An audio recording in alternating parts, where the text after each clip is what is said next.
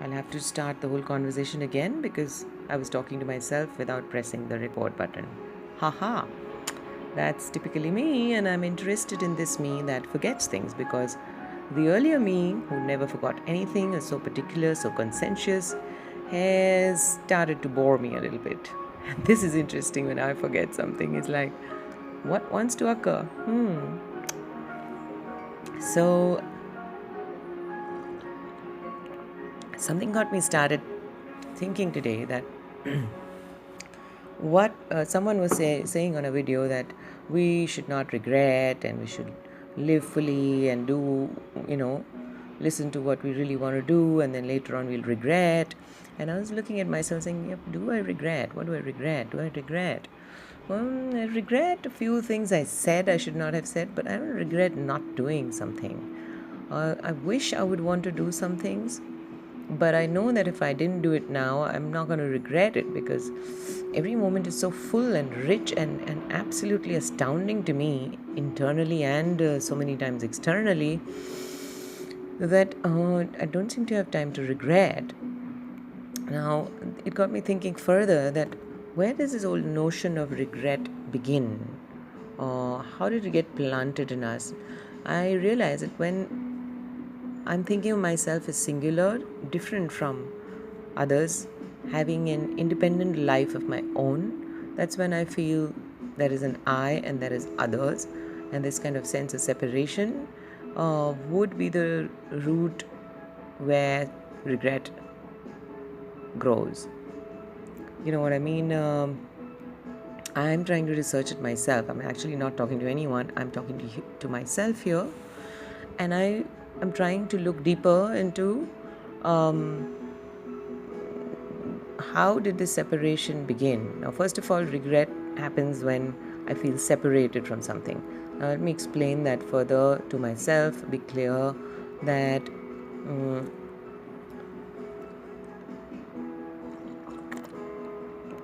I have to sip some tea while I talk, huh? That's how it is. Like, if I'm not fully in this moment and not here and saying that, okay, this is what I am right now, this is here's where I am right now, and leave the rest to the rest because the rest is to the rest. Okay, I'm blabbering. I've lost my train of thoughts.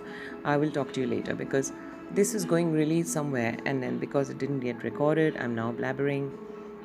This is going somewhere. Where was it going? It was going to the root cause of why did we create ourselves into separate individuals? How did that occur in the journey of existence? When did that occur, and what purpose did it serve? And why is it not serving anymore? I think it happened in the journey of individuation, like when a child is born and there is a stage when he goes into self-identity and begins to experience a sense of self and says, this is me and this is my family and this is my book and this is my pen and this is all the my stuff. So this is to give him, to get a sense of orientation. Essentially, I always feel that we are living in a space of abstraction, pure abstraction. Everything looks real, but it's actually very abstract. Because anything can happen any minute. And a small thing happening can cause a big difference to the way our lives will pan out, to what will happen. So I'm nowadays started to get more and more conscious that I'm not doing something. Something wants to occur through me. I paint every day, I write every day, I do some theater, dance. Every day there is some engagement with a creative force. So for me, it's that experiencing what this creative force or energy or whatever you want to call it, it feels like. What is its properties? What is its characteristics? What is its shape? And one of the shapes is very clear, one of its functions, very clear, that it wants to use me to do something through me. Like, for example, if you're doing a performance, so many times you're prepared with a script and everything. But finally, what comes out of you, even you're surprised, like, whoa, did I do that? Because you hadn't prepared for that at all. And it's kind of in the moment something wonderful flies out of you. Same with painting. I mean, I had made this, just the pen line, about 2-3 months ago. And it was just this little black flower thing. It looked so incomplete and vague, and And then I just opened the book today and said, okay, let's start painting. And I started with the blue and I just started enjoying. And by the time I reached here, the blue had finished and there was this remainder of yellow and some black and something. So this lighter blue came out then. And then I took the red and I started doing that, not knowing what I was shaping until it was over. And I said, that looks like a heart flower. And leaves are my motives. I kind of always do leaves. So this looks like, and then I felt so happy that it's complete. So I didn't know what wants to come through me. And this is a painting which is like a safe ground to practice and build the strength in the veins, in one's veins of creativity. And create a relationship with one's muse or the creative source which is bringing. And I suppose each one's creative source would be interestingly different.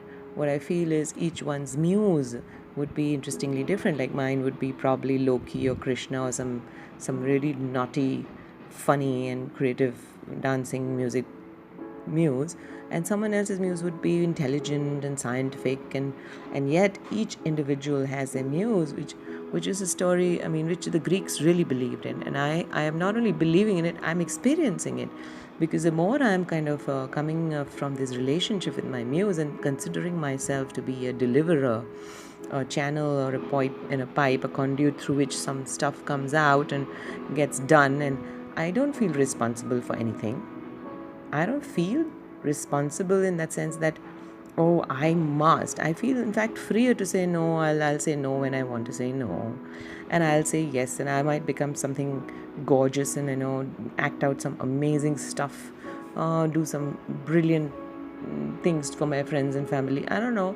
At the same time, so I feel free to just be playful in the moment and say, okay, today, just now, everything is prompting me, inspiring me to do this. And later on, it just inspires me to go to sleep, do nothing. And later on, might inspire me to just climb the Everest. And it's the muse's job to not only bring it in the mind, like in form of ideas, but in the form of energy or action or physicality, or it's the muse that brings the juices into a tree that turns it into a flower and a fruit. The same way, the muse that will fill my veins and give me the strength if I'm supposed to climb the Everest. And my job remains to distinguish that what is desire and what is inspiration. So at the moment, I would desire to go down and have a swim, but I'm so inspired to talk into this flat screen. So that's the relationship that informs this very relationship with one's creativity and oneself. Is giving me much more freedom to be whatever I need to be in each moment, and leave the moment to be crafted by the greater environment I'm in. Some moments I craft myself, of course. Like this moment is crafted by me. So that was bringing me to this sense of, I was questioning what is this sense of separation, and why did we employ it in our journey of being human. And like in child psychology, child behavior, they inform you that a child goes through a phase when he is getting oriented and looking for orienting himself, and that is why he starts identifying with things to place himself better. That, oh, I am a boy. Oh, okay, this is what the world looks like. Oh, this is how I talk if I want something done, and this is how I throw a tantrum if I don't want something done. So everything, so probably human beings at that consciousness level, evolving, were wanted and needed to feel singular, individualistic. And what does an individual do? Individual feels separate. So it feels separate to probably to have a spurt of growth. Like, for example, if I'm a marathon runner, I'm running alone, and I have a full freedom to exercise what I want to do, how I want to run. But if I'm a team player, like in football or basketball, I have to sense and cooperate and be coherent of people around me, my teammates. And then that makes me part of the whole. But that comes much later. Unless I don't have a sense of self, which informs me who I am, what is my strength, what do I like, what do I not like, where do I want to go. And once I'm ready, then I look for the team, and then I can be a team player. But if I don't even know I'm a basketball player, that I'm tall and I'm strong, I can't think of joining a basketball team. I might end up joining a ballet team. You know what I mean. So each of this has its purpose, and probably I am now feeling so one with stuff and people around me that I don't need so much of my individuality. And hence, if I don't relentlessly paint and write and sing and dance, I will be fine, because I'm seeing myself in others, and I'm feeling safe in that. Whereas earlier, you'd see yourself and others and feel terrified that this person's going to take me for a ride, and this person's going to betray my trust, and now it's like, what, she's living it out for me. I don't need to do that, and that one's doing it for me, and I'm feeling already satisfied. So this is the reason why I would not regret, because every moment you are so aware that you are in connected to everything around you. So it's not I deciding. It's not the individual deciding that, oh, come on, we must do this. It is prompted by so many things around you. For example, if I'm going to sit and write right now, or paint, or do this video, is because there was an inspiration. The moment became available suddenly while I was making tea. Here's my teacup. Oh, you can't see it. Here's my teacup. It's very old. It's blue and it's got these lovely shells on it, isn't it? And this is my writing table. And that's a painting by my dear friend. She's gifted to me. All right. So it was informed by that moment when I was making tea, and it suddenly became clear that I must talk about it and record my insights, which will help me tomorrow further on in this journey, and probably someone else out there. But I am feeling so connected by everything, because everything is informing me what I should be doing next. And my guiding, how do I make a choice, like what I should be doing next? Like someone might inspire me and say, jump from the window. Am I going to do it? No, I'm not, because my guiding sense is for me. I mean, for someone else, that might be very inspiring, and please follow your inspiration, not because I said so. For me, everything that's easy, gentle, loving, kind,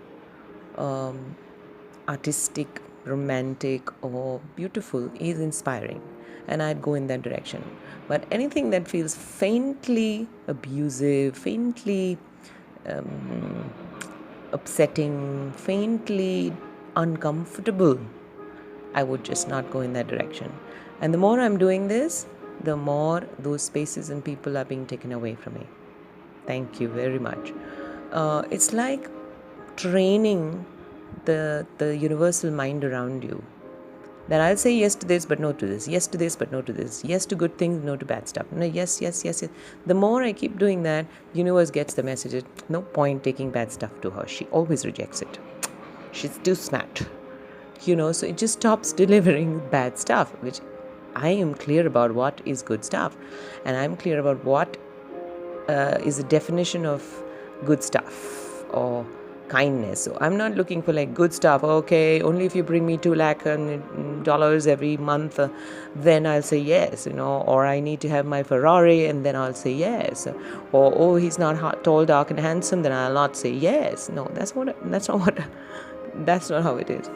It is, for me, it is like just the next moment. Like if my son said, oh, can you come here, mom? And I'm in a moment and say, no, I'm not able to get up. I have to finish this moment, because I'm being kind to myself. Incomplete moments would make me feel jittery after that and uncomfortable. So I'd say, please wait. And that's a no for the time being, because I am honoring something that I'm already into. Being kind to myself in that moment, that let me finish this first. And then you enter in that moment again with full trust. I don't know what he's called me for. He might, throw a pillow on my face and shock me. So it's not that. It's in the next choice is informed by the choice I'm already in, the moment I'm already in. So the next would be, let's say someone made a call and said, can you come down and help me shout at the secretary of this building? And I might say no, because A, I'm not interested in shouting at anyone. B, I'm not interested in helping someone shout at someone. So it's not something kind for my senses. I don't care. If you want to shout at him, very good, do it. I might watch a video of it later on and find it hilarious. But in the moment, my senses are feeling very calm, relaxed, and happy. And I don't want to ruffle them up and go into that experience. So that's how it is. The choices and yeses and nos are informed by the moment I'm already in and not by some moment in my head. Like, I do intend, intention is a different thing. Like, I do intend that I want to have a house of my own, and so that I can feel more secure. I want to have a constant stream of income or some kind of resources or kind of abundance that I do feel. If it was in a full confidence, it'd be great. But that's an intention, not a moment. Or the choices I can make are only from this moment to the next one, not in a dream space, but in real time. So that's why then being real and here and now and being in place only, fully without imagination, becomes very interesting. And of course, there's a role for imagination, but that imagination is used to put to good use in my work. So I would sit and write a poem out of it, make this painting out of it, write a story out of it, tell somebody a story out of it, sing a song. But that's the job of my imagination in this context. If I have to imagine how I'm going to travel to the next moment, if it's not here and it's somewhere else, then I'd imagine I'd like to take a cab, or I'd like to walk, or I'd like to take my cycle. So that whenever it is asked of, would you like to imagine how you do it, then I'd imagine it. But to sit and say, oh, I imagine when it'll be like, wow, a great house and everything's paid for, and we just, oh, and then just turns into daydreaming. All right, that's it for today. I will check in with you again, Dipali. Have a great day.